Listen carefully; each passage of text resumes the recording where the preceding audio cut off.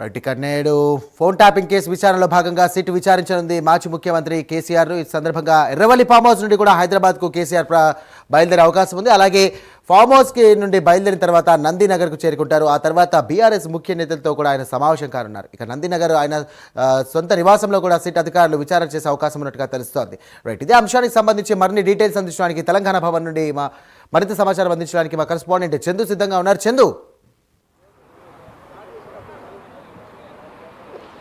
Sairam, phone tapping కేసులో భాగంగా విచారణలో భాగంగా ఈరోజు మాజీ ముఖ్యమంత్రి కేసీఆర్ను సిట్ విచారించబోతుంది. ఈరోజు మధ్యాహ్నం 3 గంటలకు విచారణ నందినగర్లోని కేసీఆర్ నివాసంలో ప్రారంభమవుతుంది.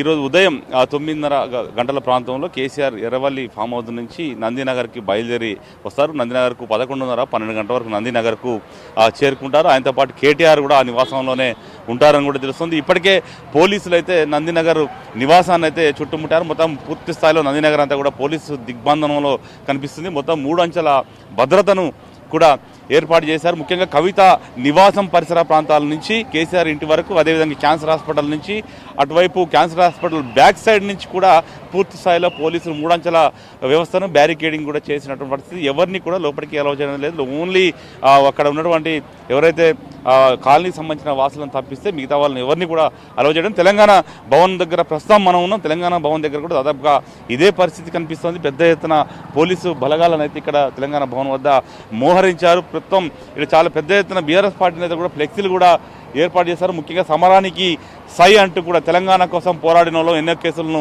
ఎదుర్కొన్న వాళ్ళం, రాష్ట్రాన్ని అభివృద్ధి చేసిన వాళ్ళం, తెలంగాణను ఆగం చేస్తూ ఉంటే ఊరుకుంటామా, కేసులకు భయపడతామా, సమరానికి సై అంటూ కూడా బీఆర్ఎస్ నేతలు మాత్రం ఇక్కడ పెద్ద ఎత్తున ఫ్లెక్సీలు కూడా ఏర్పాటు చేశారు. అదేవైపు మరోవైపు రాష్ట్ర వ్యాప్తంగా ఇప్పటికే బీఆర్ఎస్ పార్టీ ఈరోజు ఆందోళనకు పిలుపునిచ్చింది. ఎక్కడికక్కడే అందరూ కూడా ఆందోళనలు చేయాలని కూడా పిలుపునిచ్చిన నేపథ్యంలో ఇప్పటికే బీఆర్ఎస్ శ్రేణులంతా కూడా సిద్ధమయ్యారు. ముఖ్యంగా నల్ల జెండాలు, నల్ల బ్యాడ్జీలు, మోటార్ సైకిళ్ల ర్యాలీలు అన్ని మండల, మున్సిపల్, జిల్లా కేంద్రాల్లో కూడా చేయాలని కూడా ఇప్పటికే పార్టీ నుంచి పిలిపించిన నేపథ్యంలో శాంతియుతంగా చేయండి, ఎక్కడ కూడా పోలీసులతో ఘర్షణ వాతావరణం ఉండకుండా నిరసన తెలపాలని కూడా ఇప్పటికే పార్టీ పిలిపించిన పరిస్థితి మనకు కనిపించింది. ఈ నేపథ్యంలోనే తెలంగాణ భవన్కు కూడా భారీగా కార్యకర్తలు రానున్నారు. ముఖ్యంగా హైదరాబాద్ సంబంధించినటువంటి నేతలు, ఎందుకంటే హైదరాబాద్లో ప్రస్తుతం మున్సిపల్ ఎన్నికలు లేవు కాబట్టి ఇక్కడ ఉన్నటువంటి క్యాడర్ అంతా కూడా తెలంగాణ భవన్కు తరలించాలని ఆ పార్టీ నాయకత్వం భావించింది. అందులో భాగంగా ఇప్పటికే తెలంగాణ భవన్కి ఇప్పుడిప్పుడే నేతలు చేరుకుంటారు. ఇక్కడ పెద్ద ఎత్తున పోలీసు బలగాలు అయితే మోహరించాయి. వాళ్ళు ఇక్కడ